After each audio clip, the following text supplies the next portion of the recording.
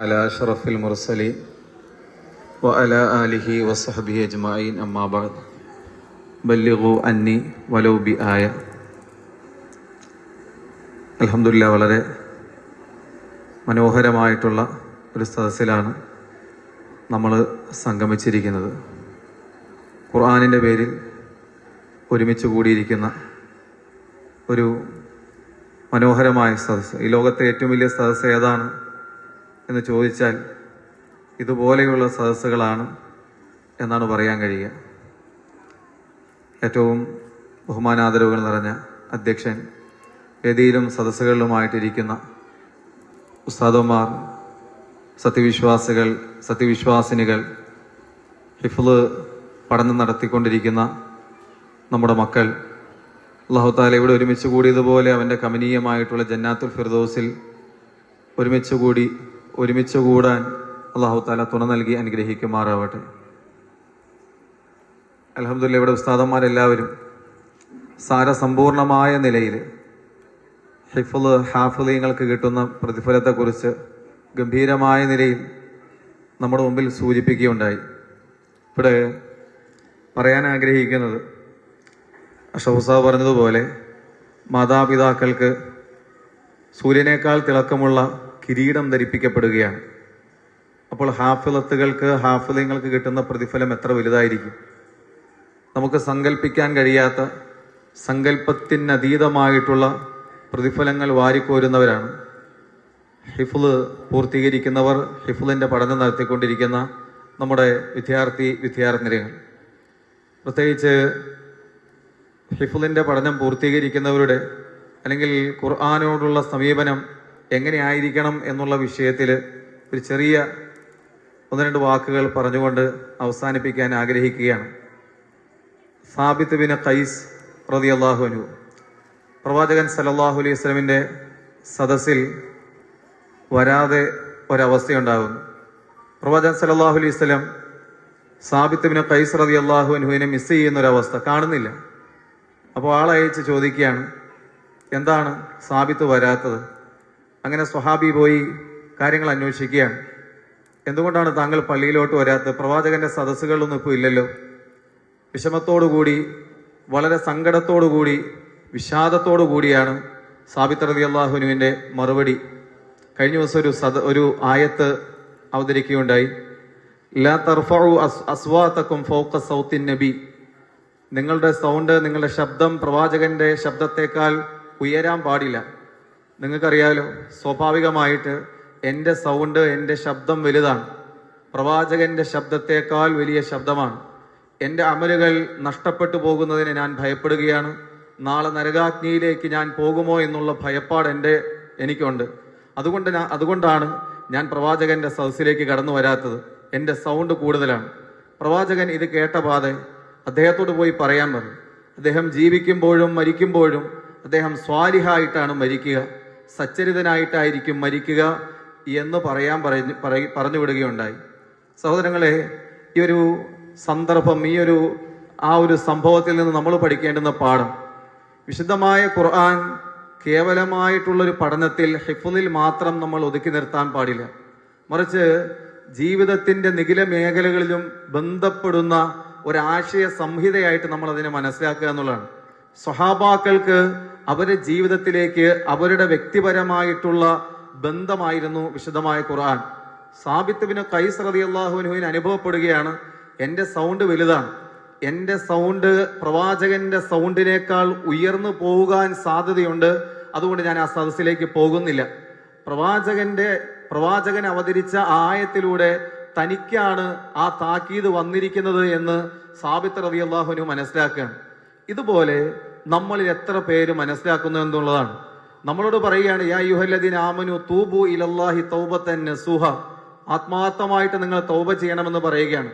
യാ അയ്യുഹല്ലദീന ആമനു ഹൽ അദുല്ലുക്കും അലാ തിജാറത്തിൻ തുൻജീകും മിൻ അദാബിൻ അലീം തുഅ്മിനൂന ബില്ലാഹി വറസൂലി. അല്ലാഹുവിൽ വിശ്വസിക്കണം, അല്ലാഹുവിന്റെ റസൂലിൽ വിശ്വസിക്കണം, അള്ളാഹുവിന്റെ മാർഗത്തിൽ നിങ്ങളുടെ ധനം കൊണ്ടും നിങ്ങളുടെ ശരീരം കൊണ്ടും പോരാടാൻ തയ്യാറാവണം. എങ്കിലേ ഉള്ളൂ നരകാഗ്നിയിൽ നിന്നും രക്ഷപ്പെടുകയുള്ളൂ. നിരന്തരമായിട്ട് നമ്മളോട് സംവദിച്ചുകൊണ്ടിരിക്കുകയാണ്. യാ അയ്യുഹല്ലദീന ആമനു അൻഫിഖൂ മിമ്മാ റസഖനാകും, നാം നിങ്ങൾക്ക് നൽകിയതിൽ നിന്നും നിങ്ങൾ ചെലവഴിക്കണമെന്ന് പറയുകയാണ്.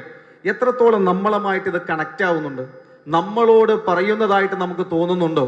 ഇതാണ് നമ്മൾ ചെയ്യേണ്ടത്. ആദ്യമായിട്ട് ഹാഫിളീങ്ങൾക്കും ഹാഫിളത്തുകൾക്കുമുള്ള ഏറ്റവും പ്രധാനപ്പെട്ട ബാധ്യത ഇതിന്റെ അഹ്കാമുകൾ, ഇതിന്റെ തബ്ശീറാത്തുകൾ, ഇതിന്റെ ഇൻദാറുകൾ, മുന്നറിയിപ്പുകൾ മനസ്സിലാക്കുക എന്നുള്ളതാണ്.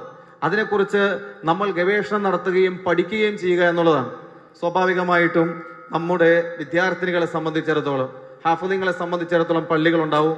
പള്ളികളിൽ ഇമാമത്ത് നിൽക്കുകയും പല രീതിയിലൂടെ അവരെ ഹിഫ്ളുകൾ നിലനിർത്താൻ വേണ്ടിയുള്ള ശ്രമം നടത്താറുണ്ട്. പക്ഷേ ഹാഫിളത്തുകളായ സ്ത്രീകളെ സംബന്ധിച്ചിടത്തോളം നമുക്ക് അത്രയൊന്നും മദ്രസകൾ ആയിട്ടില്ലാത്തൊരു കാലഘട്ടമാണ്. അതുകൊണ്ട് തന്നെ ഒരു ജോലി എന്ന നിലയിൽ അല്ലെങ്കിൽ ഒരു സ്ഥാപനത്തിൽ വർക്ക് ചെയ്യുക എന്നുള്ള നിലയിലോട്ടുള്ള അവസരങ്ങൾ പലപ്പോഴും നമ്മൾ തേടിയെത്തില്ല എന്നുള്ളതൊരു യാഥാർത്ഥ്യമായിരിക്കാം. പിൽക്കാലഘട്ടത്തിൽ മുമ്പോട്ടുള്ള ഗമനത്തിൽ എങ്ങനെയാണ് നമുക്കറിയില്ല.